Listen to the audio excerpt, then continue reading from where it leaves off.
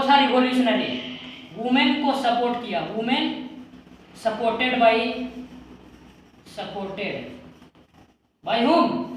whom yes the revolutionary party उनको support की, किसको, वुमेन को। तो आइए देखते हैं किस तरह से सपोर्ट किया। जैसा कि हम लोग जानते हैं वुमेन को तो कोई भी राइट नहीं उन लोगों को दिया हुआ है, उन लोग स्कूल नहीं जा सकते हैं, डाइवोर्स उन लोगों के लिए बहुत ही मतलब रिस्ट्रिक्शन था, उन लोगों पे मनाही थी, मना किया गया था ये सब करने के लिए। क्या, स्कूल नहीं जाना था। पहले वुमेन जब अगेंस्ट थी इसके, मतलब कि जब कॉन्स्टिट्यूशन नहीं बना था तब की बात बता रहा हूँ ये, उसके बाद भी बताऊंगा। स्कूल पहले नहीं था, divorce is not allowed, only man can give the divorce, मतलब कि तलाक जो होता था वो सिर्फ आदमी ही औरत को दे सकता है, औरत आदमी को नहीं दे सकती, ये बहुत बड़ा चीज था। Divorce is not allowed for women, allowed for women. और क्या है, एक ये हो गया, दूसरा ये हो गया, और भी था, प्रॉपर एजुकेशन नहीं था उन लोगों के लिए, प्रॉपर एजुकेशन। फादर जो थे उन लोगों के, फादर जो थे वो उन लोगों को इनकरेज नहीं करते थे, इनकरेज नहीं किया करते थे कि तुम पढ़ाई करो, आगे बढ़ो। फादर उन लोगों की शादी कर देते थे, वो भी कम उम्र में। मैरिज जो होता था उन लोगों की पहले बिफोर ईयर्स, ये भी एक इम्पोर्टेंट है। लेकिन आफ्टर द रिवॉल्यूशन, आइए आफ्टर देखते हैं, ये सही चीज है, उन लोगों को बदलाव दिया गया, किसके द्वारा, किस पार्टी के द्वारा, जो पहले हमने बताया रिवॉल्यूशनरी पार्टी के द्वारा, यानी कि रिवॉल्यूशनरी पार्टी जो थी उन लोगों को राइट्स दी, उनके साथ खड़ी हुई, और the declaration of rights of man and citizen, ये जो कॉन्स्टिट्यूशन का नेम था उसको बदल के क्या करने बोली, ओलंपिक डिगोक्स, उसको बदलने के लिए बोला गया, और उसको बदल के बोली कि उसका नाम रखे the declaration of rights of women, man की जगह वुमेन, मैन की जगह पे वुमेन, समझ गए आप लोग, मैन की जगह पे वुमेन आ गया, एंड सिटीजन। फिर भी उन लोगों को पॉलिटिकल राइट, जो कि राइट टू वोट था, उस समय तक नहीं मिला। आखिरकार लास्ट में राइट टू वोट उन लोगों को मिला 1946 में, after a huge time, very big time. सोच सकते हैं आप कहाँ था वो समय, 1794 का हम कह सकते हैं, और कहाँ वो आ गया 1946, after a huge time, some 120 or 130 years after they got the right to vote। आइए देखते हैं, बाद में ये सब जो थी, schooling, divorce, schooling is made good and the schooling system also, primary school and secondary school were made, primary school secondary school बनाया गया, डाइवोर्स उन लोगों के लिए अलाउड कर दिया गया, फिर प्रॉपर एजुकेशन दिया जाने लगा। और फादर जो थे उन लोगों के, फादर उन लोगों को अब फोर्स नहीं कर सकते थे कि तुम इस एज में शादी करो और अभी जल्दी शादी कर लो, ये सब उन लोगों के लिए बदलाव लाया गया। तो आइए देखते हैं, अब देखते हैं स्लेवरी, गुलामी। फ्रांस में गुलामी भी तो हुआ करती थी, गुलामी कहाँ नहीं, गुलामी तो हर जगह वर्ल्ड में। तो फ्रांस में गुलामी जो थी उसको भी एबोलाइज किया फ्रांस ने 1794 में, जब जैकोबिन क्लब हट गई तो 1794 में फ्रांस ने स्लेवरी एबोलाइज कर दिया। Slavery was abolish but not completely. फिर से आइए देखते हैं एक और, इसके बाद 1794, ये नोट कर लीजिए प्लीज, 1794 में slavery was abolish but not completely. आइए देखते हैं, ये डायरेक्टरी रूल फ्रांस, डायरेक्टरी और डिक्टेटरशिप, ये भी आया था फ्रांस में। डायरेक्टरी मतलब जब जैकोबिन की गवर्नमेंट गिर गई, उसकी गवर्नमेंट फॉल कर गई, तो आया डायरेक्टरी रूल। क्या आया? Directory rule. It was the group of 5 persons, group of 5 person. ये जो 5 पर्सन थे वो किसके द्वारा इलेक्ट किए गए थे? किसके द्वारा बताइए? Any answer please? किसके द्वारा? जो 2 वहां की इलेक्टोरल पॉलिटिक्स पार्टी थी, इलेक्टेड काउंसिल वहां की, उन्होंने इसको ऑप्ट किया, इलेक्ट किया कि ये डायरेक्टरी रूल इसको रूल करे इस पर। लेकिन 5 पर्सन थे, एक दूसरा को बोलता था कि ये नहीं होना चाहिए, दूसरा तीसरा को, चौथा को, पांचवा को। तो ये जो अनबन थी, इसके कारण ये टिक नहीं पाई। और यहीं पे एक नाम आता है, देखिए दोस्तों, नेपोलियन बोनापार्ट। बहुत ही फेमस नेम है, आप लोगों ने तो सुना होगा, बहुत ही पॉपुलर नेम है नेपोलियन बोनापार्ट। इसने रास्ता देख लिया, जब देखा कि इसने ये लोग रूल नहीं कर पा रहे हैं, ये 5 पर्सन डायरेक्टरी रूल कर नहीं पा रहे हैं, तो इसने देखा और इन लोगों पे हमला करके वो जीत लिया।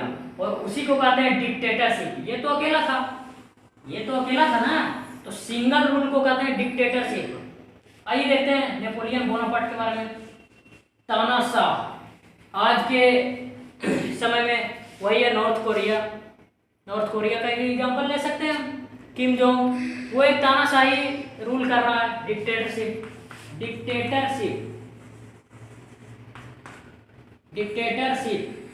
मतलब कि तानाशाही, ओके।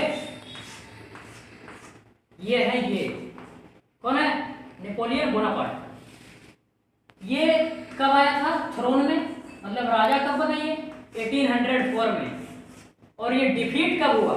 राजा बना तो डिफीट तो होगा ना, 1815 में। ये 2 डेट है, याद रखना भाई, बहुत ही इंपॉर्टेंट डेट है। 1850 कहाँ पे? Waterloo, field of Waterloo France में एक जगह है, वहां पे ये डिफीट हो गया 1815 में। इसने बहुत समय तक राज किया। इसने जो चीजें लाने की कोशिश की, सोशल कॉन्ट्रैक्ट इसने भी लाया, सोशलिज्म इसने भी लाया फ्रांस में।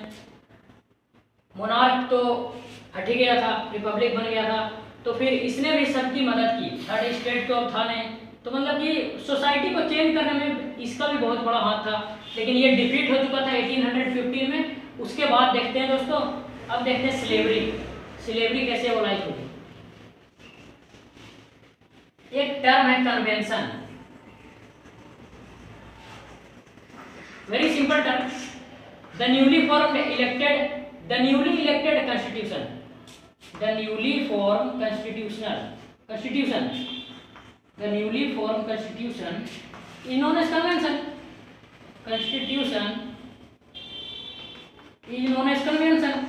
यही है कन्वेंशन। जो नया वाला कॉन्स्टिट्यूशन बन गया ना फ्रांस के लिए 1792 में जो बना था, वही है कन्वेंशन, और क्या। बस चलिए ये देखते हैं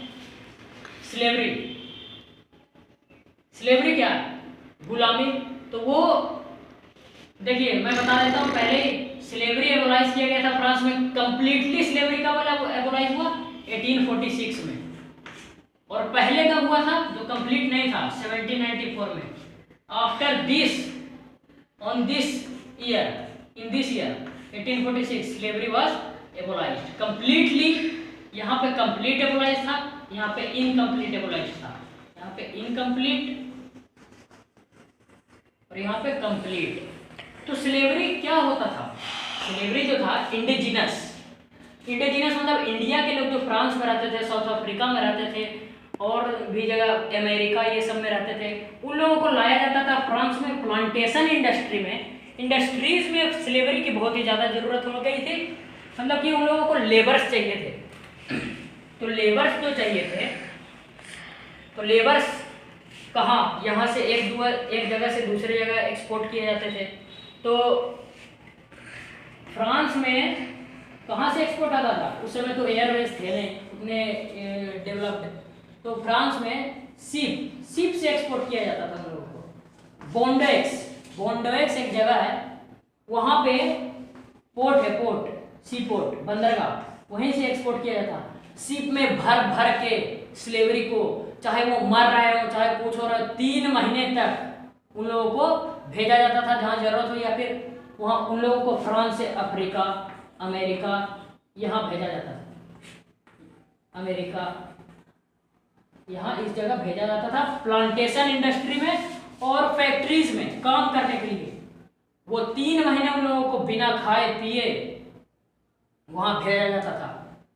लेकिन इसके बाद बहुत ही ज़्यादा इन लोगों पर जुल्म ढाया गया, तो जो उस समय की कॉन्स्टिट्यूशन थी, और कॉन्स्टिट्यूशन एक तरह से हम कह सकते हैं उस समय की कॉन्स्टिट्यूशन, और जो पॉलिटिकल बॉडीज थे, इलेक्टोरल कमीशंस, उन लोगों ने एक meeting held for long time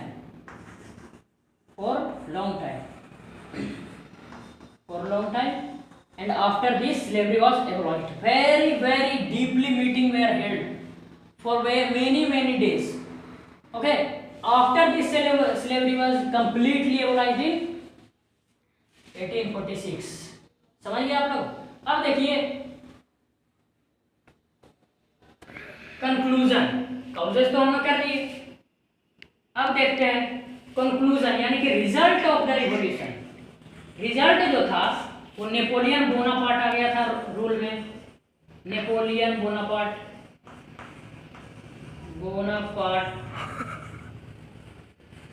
came in rule. Okay, first constitution drafted, short में constitution drafted in 1792. monarch end of monarch. Okay, directory rule also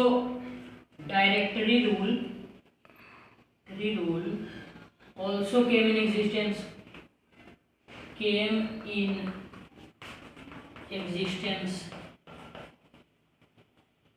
These were very important results. Okay, तो ऐसा हम लोगों ने देखा। और जो इंडियन और जो वर्ल्ड में थे जो प्रभावित हुए फ्रेंच रिवॉल्यूशन से, 2 इंडियन का वेरी इंपॉर्टेंट नेम जो कि था राजा राम मोहन राय। ये जो था यही एक इंपॉर्टेंट है, राम मोहन रॉय, यही एक इंडियन इंपॉर्टेंट नेम है जो कि फ्रेंच रिवॉल्यूशन से बहुत ही ज़्यादा प्रभावित हुए थे। तो ये था हमारा दोस्तों फ्रेंच रिवॉल्यूशन। अगर अच्छा लगे तो सब्सक्राइब करें और शेयर करें और बेल आइकन को दबाना मत भूलें। ओके, नमस्कार, थैंक यू, धन्यवाद।